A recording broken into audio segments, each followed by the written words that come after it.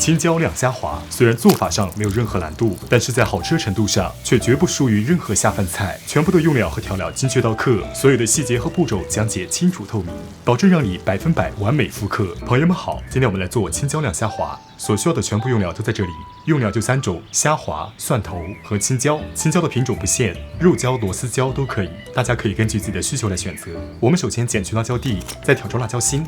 如果你的肌肤娇嫩，记得戴上手套，辣椒较辣，防止灼烧到你自己。再剪去辣椒尾部，剪开之后空气能流通，那么挤虾滑的时候就能挤到底。现在开始挤虾滑，挤到底就可以了，如视频当中一样。然后我们给它切一下，这个长度不做要求，短一点、长一点都可以。我们来看一下中间没有空洞，是不是？虾滑挤得很实，如果底部不剪开，那么很难挤到底。5颗大蒜，然后我们给它拍一下，拍扁之后再切了，它就不会滚来滚去了。然后我们给它粗剪切一下，切成蒜泥。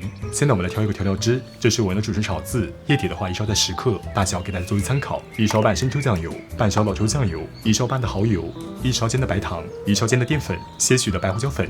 然后我们给它搅拌均匀，放在一旁备用。